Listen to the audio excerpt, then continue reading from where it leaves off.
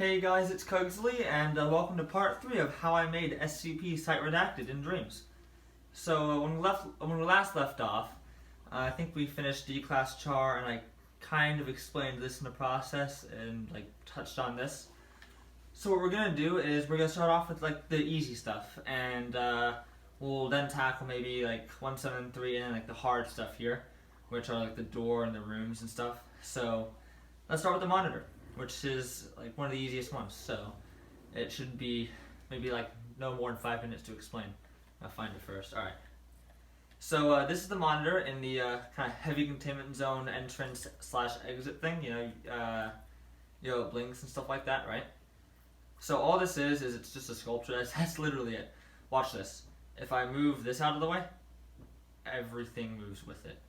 So all this is just a black piece of black rectangle and a gray rectangle, and yeah, that's all it is. And how the text works is what I did was I have 9 text displayers here, and these 3 right here are the only ones that flash. The rest of them are static. So you have this one here, which is just the lines. So that's what this is.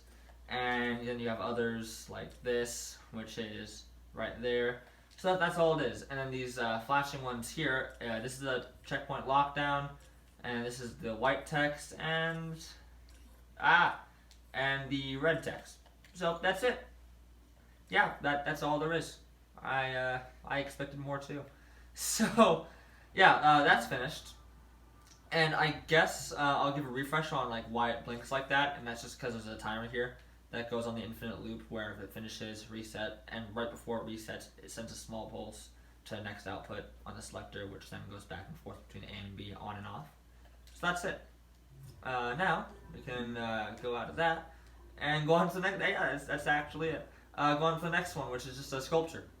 In my last update on the actual game, not on YouTube, not like a video update, like the game update itself, someone mentioned that I should switch between the old rifles that you've seen the guards have, those long century-old rifles, literally a century old, to these. And I mentioned that in my update video, where I said hey, I updated the game, here's what I have.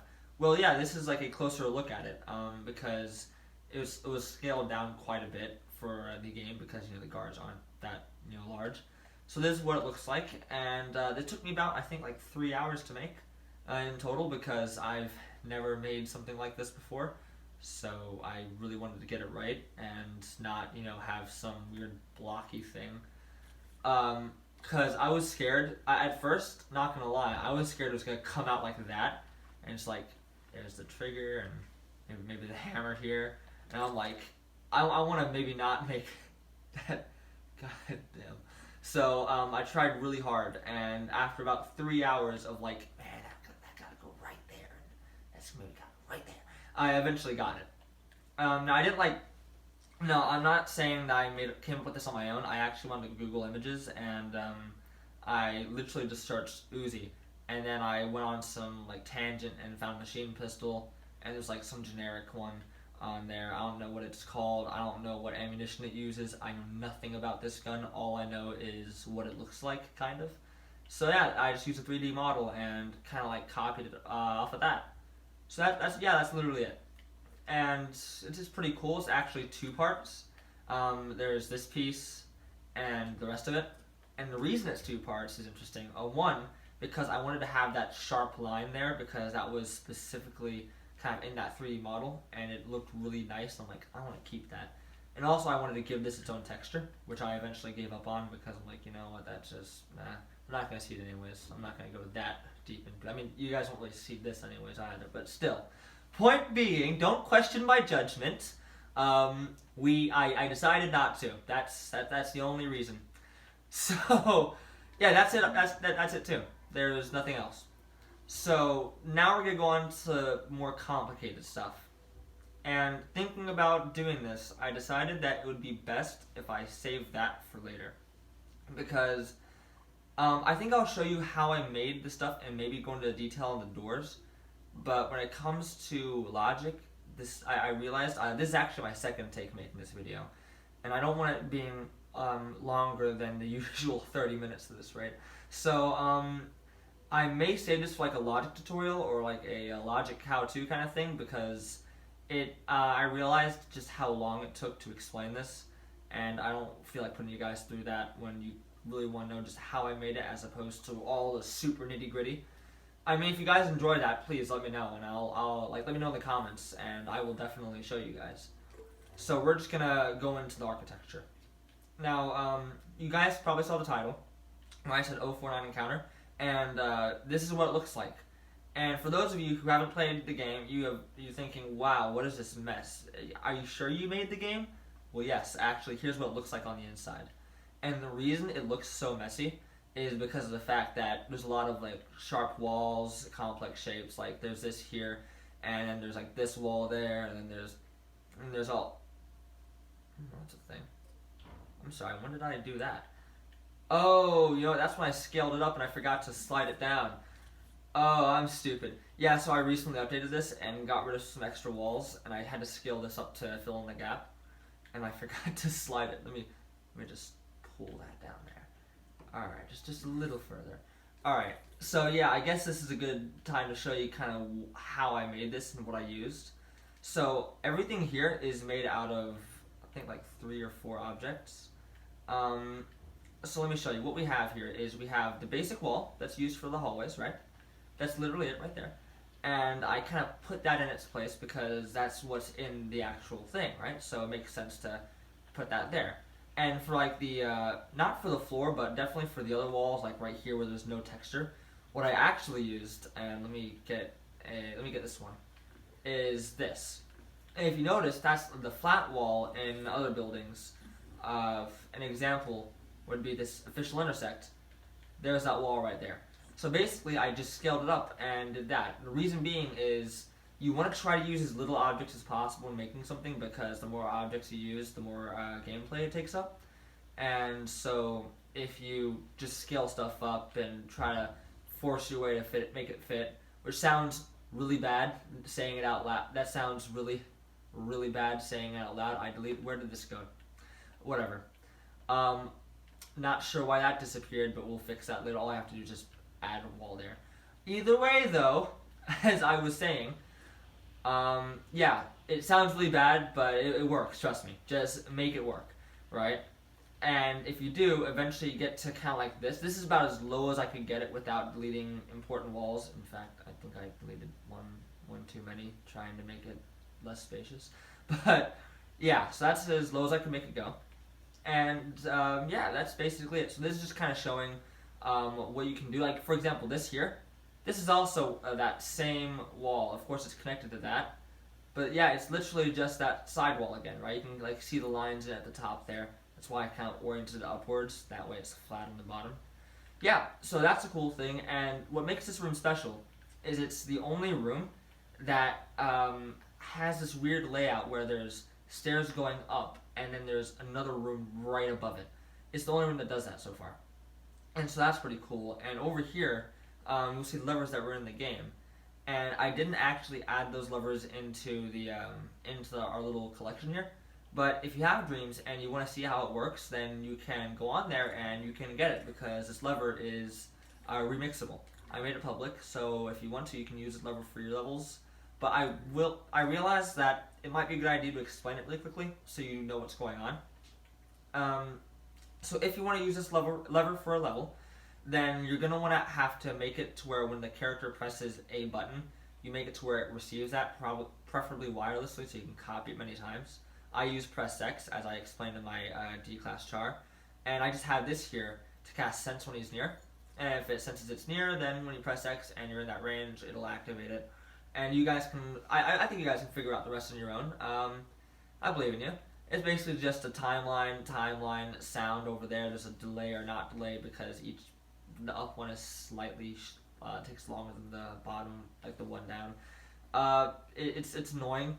So other than that, yeah, it's about the same as the other stuff I've shown you, if not slightly less ridiculously crowded. So that's basically it. And this time here is just a delay, which makes it a little smoother. So yeah, that's it.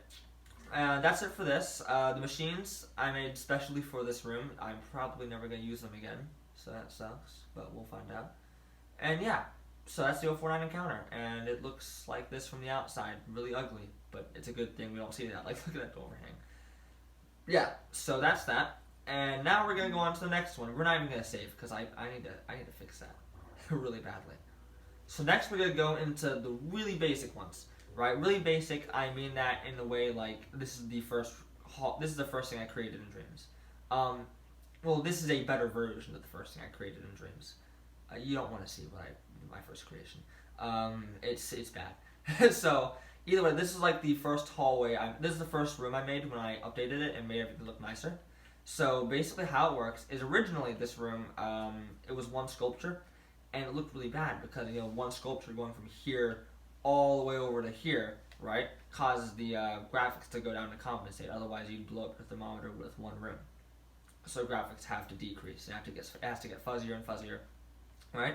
So what I did was I found a way around this, and this is actually the foundation for literally every other room in the game, because that flat piece of wall I made it off of this. I literally basically how this works is I made a wall segment, right, and I just lined a bunch of them up, and then I lined a bunch of them up this way. And yeah, so that's how I made it. By the way, I'll be right back. So I'm gonna cut. And I'm back. So sorry about that little cut there, but something was going on, and I didn't want to like have to have that in the video and start over. So we're just gonna cut that out.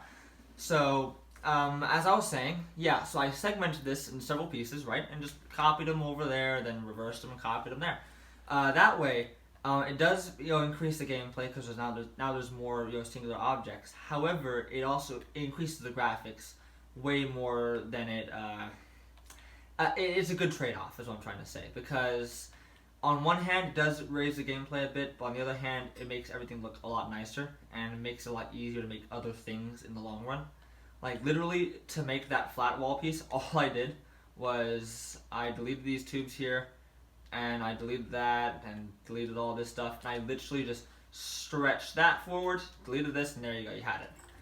So yeah, that's what makes this room important. And the cool thing about this is that in the game, right, there's like the tall hallways and short hallways, and it's also with the lights on and lights off, so you can turn the lights on, and if you really want to, you can make it a short hallway. Of course, now it's really bright, isn't it? So yeah, that's a cool thing. That's the cool thing about this hallway. That way, it saves graphic space. Because originally there was a short hallway and a tall hallway, and they were different sculptures. And of course, that costs graphics because they're two completely different things. So to fix that, I made this dynamic and just had that move down and so on and so forth.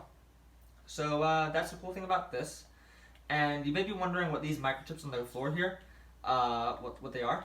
I'll explain those in a later video, because as much as I like talking to you guys and explaining all my stuff, I don't want this video to go on for too long, because I feel like you guys don't want that too much. I mean, we all like 30-minute videos, but it gets to a point where you don't want to do that every single time, So I don't want to bore you with it, is what I'm saying. So there's the SCP hallway, and we have 2 more, and we're done. Done with the whole video. And we might keep it under 20 minutes. Let's go faster. Same thing here. The cool thing about this, though, is this too is also dynamic. So I zoomed in, and you see that there's these 3 things here, right? I'd be wondering, what are they? Well, this is a 4-way, and the 3. I didn't think this out when I spelled it. It's a 3-way, and corner hallway. So 4-way is when there's there's nothing really blocking here. It goes in all directions, right? There's an opening everywhere. Now a 3-way, god damn, I did not think that through. A 3-way causes this to appear, right? So it creates a blockage, and there's all the stuff in here. There's the audio, right? You can hear like the slushing of that.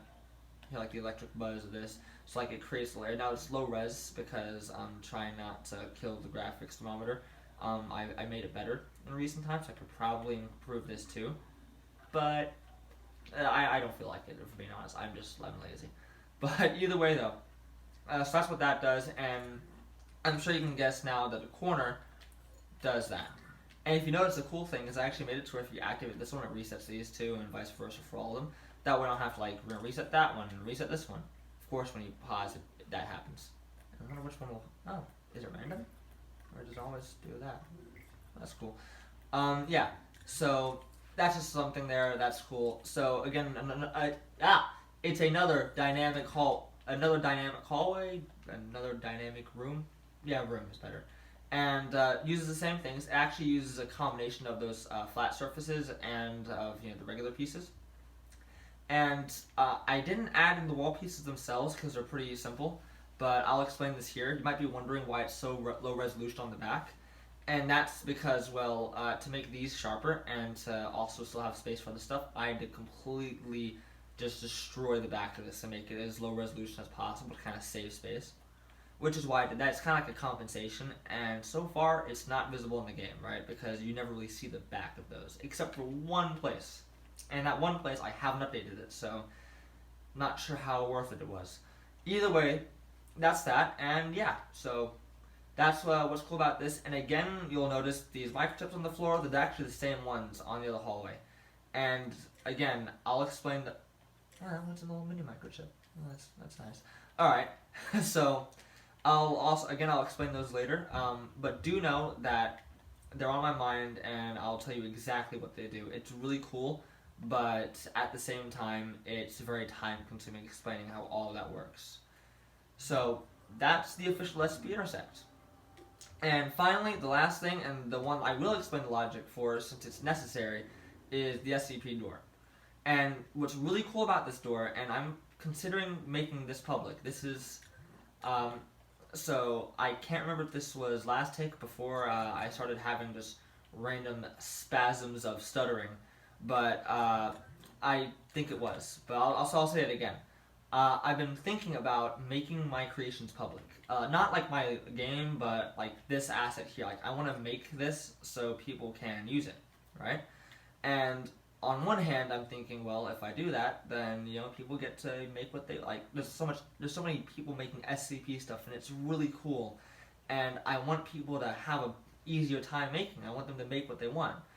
But at the same time, I'm like, I still kind of want to wait till I finish what I'm making first, so I can at least use my assets before it gets oversaturated everywhere with them, and we lose track of it. There's a pretty good tracking system, but it's kind of flawed, right? And it would really suck if people were like, hey, I made that. Like, no, wait, hold on a moment, you didn't. Because this weird thing happened where some guy, let me actually show you really quickly because it's really annoying. We'll get back to that. I'm going on like a crazy tangent here, but let me show you guys. If we search SCP, and this actually, this actually kind of pisses me off. So you might notice this down here, SCP creepy model. Well, the guy, him, he tried to go out of his way as much as possible to make it seem like he made it. So, like, if you notice, right, he has SCP creepy model, and full credits, it shows me, which is pretty cool, I guess, but it's like, well, what did I do, right? So you're like, alright, well, what's the remix of? And you go here, and you just see it's that, right? And you're like, okay, it doesn't say, like, it's a remix of this from this. And I'm like, that's kind of scummy. And so you go in here, and then you see it's off of mine. And I'm like, I want people to use my stuff, but not like that. Because that's just... I think it's kind of rude. Like, I wouldn't mind... my thing has been used for... Like, I don't know why this model specifically. I guess people liked it. But it's been used for a lot of... Like, 7 creations, which I guess isn't a lot. But, like, I mean... People have used it in their random stuff like this. I don't know what this is, but I mean I like it. It's so weird. And I don't mind that. Like, that's cool, right? I mean, you can use the creation however you want, but when you try to take credit from someone and frame it that you made it yourself when you didn't, I think that's rude. And that's just me. So I'm considering making like my creation first and then making it public, so at least I've made my stuff and I'm done with it. But you guys tell me what you think, because maybe I'm the asshole here, right? Maybe I'm not. I don't know. So I really wanna get Thank you, Ben. You never fail to disappoint. So I don't want to be like that guy, right? And so if I'm being unreasonable, like, please tell me, because I want to improve myself, and if that's getting in the way, then I want to fix that. So back with this now. That was a crazy tangent. Yeah, there goes the whole under 20 minutes, right? Well, let's find out. So where's that microchip? So this SCP door is pretty cool, and I'm sorry. Oh, that's right, I put it inside the button. Oh man, I'm so used to it being on the top. Something random. Basically, I put a bunch of logic that used to be right here into this, and I got confused. So, the door. Now, what's really cool about this door is it originally started off just, as that, and I had to make a new door for keycards, right? And I thought to myself, well, how do I do this while saving as much space as possible? I can make a new door that can be keycard variable, like you can make a keycard 1 door, keycard 2 door, right? But it'll still be 2 separate doors. You have 2 elements that are both the same door. So I thought to myself, well, here's what I'll do. First, I'll add a microchip, and I'll add this keyframe. What this keyframe does is it actually it makes the button go inside the way. It inverts the button. It doesn't actually move this. It just makes the button go inside, right? And you'll notice it goes back out. There it is. So what you'll do is, I'll decide, right, well, what keycard do I want? I'll make it a keycard 2 door, right? So now it activates that, and now it's a keycard 2 door. And what it does is we're gonna ignore all of this right now because that is unnecessary. That's basically like, hey, you need a keycard 2 for this door, right? It basically determines what keycard level you have and what you need, which is really cool, but that's unnecessary. We'll get into that later. This video, I mean, because it's still pretty short. Basically what it does is, well, your keycard 2, right? Well, in order for this to activate, right, because if we look at this AND gate, right, well, is basically what determines, well, do they have what it requires. It goes down to this OR gate, right, and it goes up and over. Whoa, wait, hold on a moment. Let's trace our way back here. Goes somewhere. Oh, there it is. Alright, so it goes into this OR gate, and it goes down to this OR gate. Reason it's OR gate because there's like the Omni card, which is basically opens everything. So, I made that a thing, right? And again, we'll get into the nitty gritty. Hopefully that makes it better. Yay. Alright, so now, right, it then goes into this node, which goes down here, and it activates this AND gate, which says, alright, there's one of the parameters to open the door, then this is the door opening logic, like there's this manipulator which causes it to open slowly, rather than like instantaneously. I don't know why I added this when I could have just don't question it. And then there's this here, which determines, well, what are the key, is the door open or closed, right? That's like what actually activates it. A bunch of stuff, audio, right? That's not what matters. So basically, what makes this door special is it's a keycard system. So how this works, right? Well, how you start this AND gate to begin with is, well, it's at level 2, right? So that's part of the AND gate. Do you have the keycard it requires? If you have a keycard 2 or above, 3, 4, 5, right? Then it'll activate this OR gate, which will go into this AND gate. So now it's on. And then it'll go into this OR gate, well, now it's on. Then it'll go into this OR gate, now it's on. And then it'll go into this node, and it'll go down there and activate it. Now, some of the other parameters, well, whoa, that was weird. Is if you have an Omni card, right, it'll instantly activate that because Omni can open everything. Or if none of these are on, right, if that's that not gate's there, which means if none of these are on, that's on, pass through like usual. So basically, it's just a big, well, what do they have, and can they open it with what it requires? And if it does, it goes into here. And I'll go into more details on what this does. So right here, this OR gate is like, did they press the button? Did they open it? If yes, then there we go. Then, alright, I know what this does now, I remember. So you can't spam doors, right?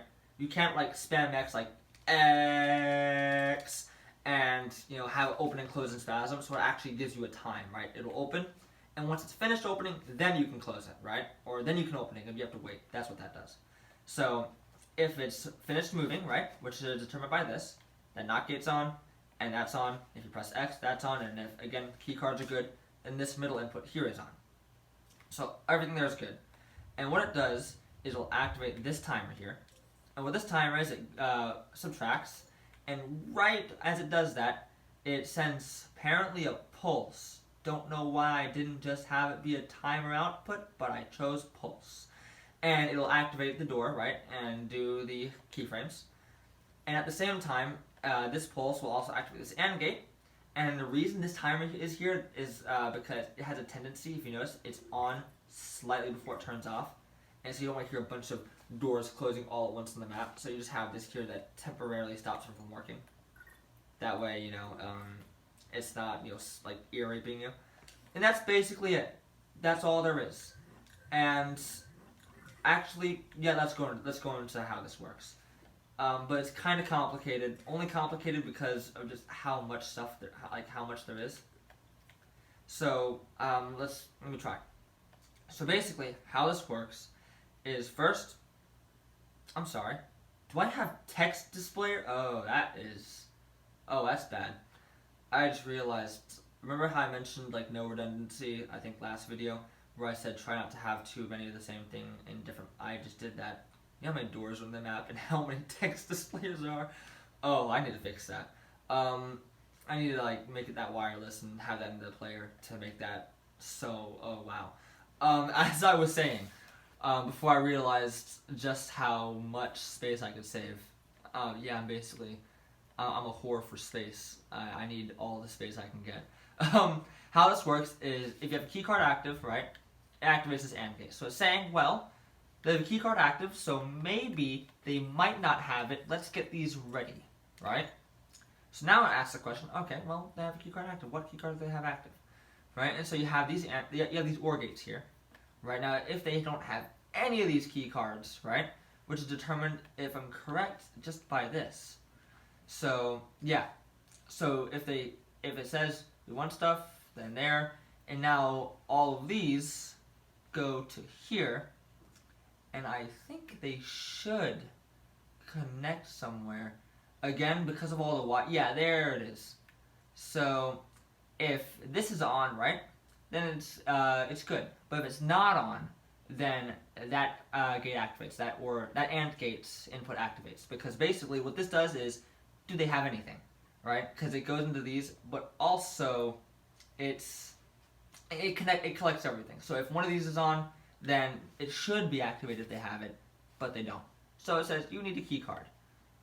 And then what goes on, okay, this is a lot. So then what happens is it judges, okay, well, what level do they have? And so now it's like, okay, well, let's see here. By the way, I just realized all these are activated by this. And then that's here when I could have connected it to that. See what I mean? It's good at first, but it can use some improvement with organization. Okay, so basically now what it decides is, okay, so we have these, right? Well, do they have any of these that are on? If so, if they have it on, then don't activate this one because they have what's required. Any of this on? If yes, don't do that one. Any of that on? So on and so forth, right? It narrows it down. Okay, well, what do they have? And then over here, you have this, which is just X. Well, when the player presses X, which one activates? And there's supposed to be, I think it's just based off of these. But I could have swore that I originally connected it to, do they actually have any of these activated? But apparently not.